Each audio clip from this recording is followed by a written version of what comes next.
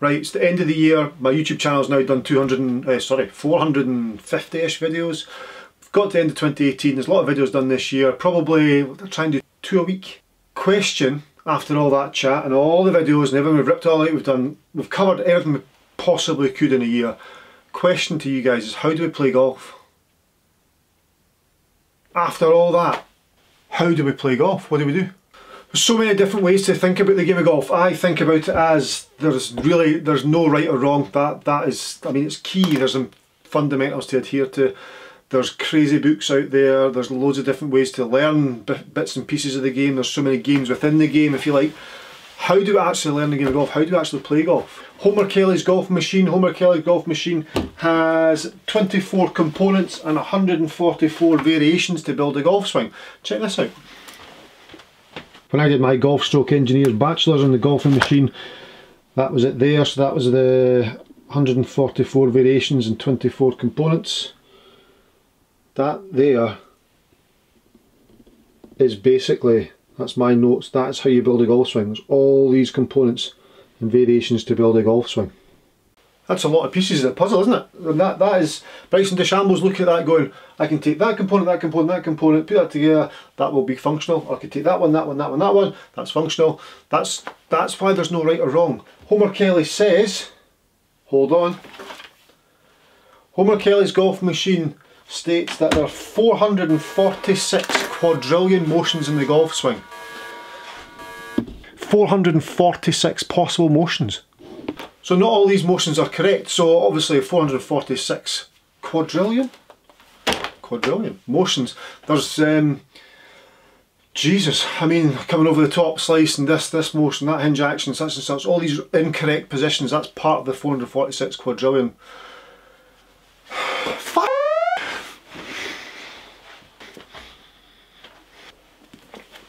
Adam Young's practice manual, he's telling you how he practices. Ken Brown's book, One Putt, he's telling you how he putts. Great golf lessons from David Ledbetter, telling you how these players play golf. Faults and fixes, how David Ledbetter's fixed people's faults. Tom Watson, great book, that's how Tom swings it. Nick Bradley's book, that's how he does it, that's how he thinks it should be done. Butch Harmon's playing lessons, get a lesson with Butch. Legend.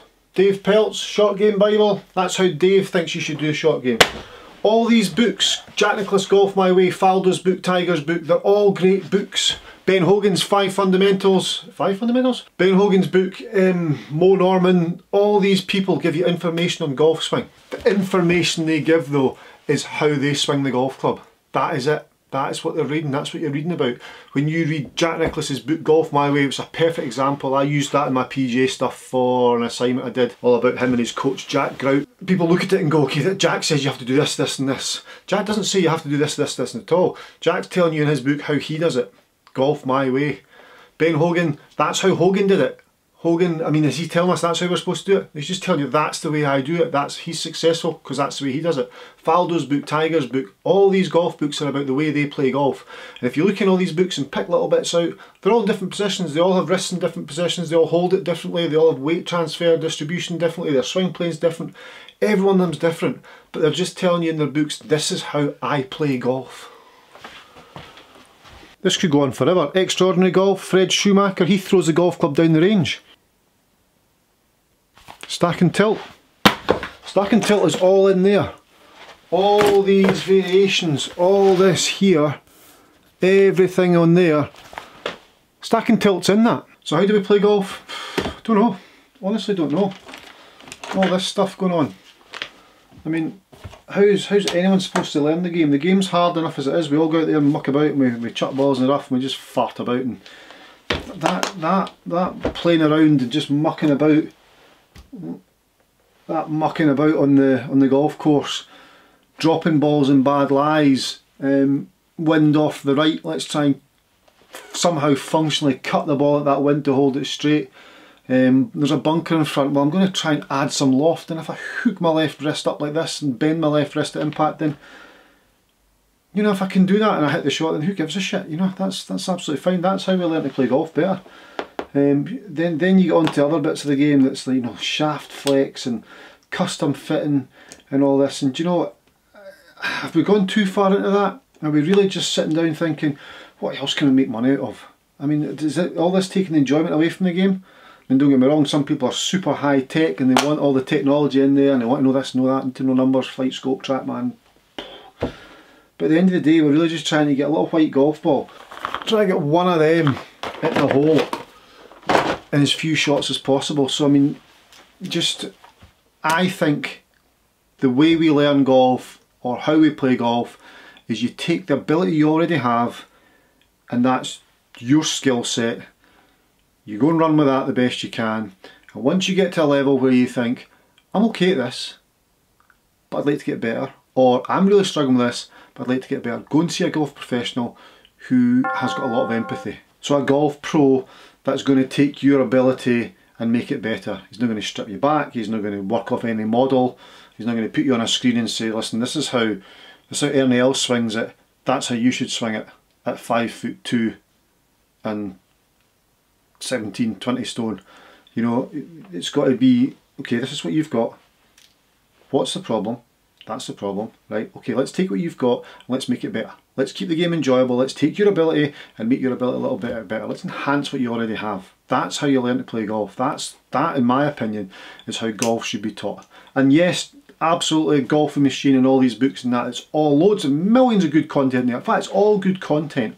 But how does the mere mortal who plays golf, who's just maybe, let's say he's taken up the game, got a handicap, playing off, I don't know, 25, something like that, how do they identify the problem? Unless they go and see a specialist that can help them individually, they won't get better.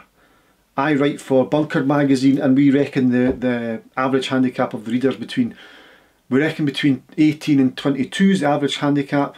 We've got guys off 36 or whatever off there. You've got guys off plus handicap reading the same article on how you stop slicing the golf ball. So how do you write that article without even knowing the player?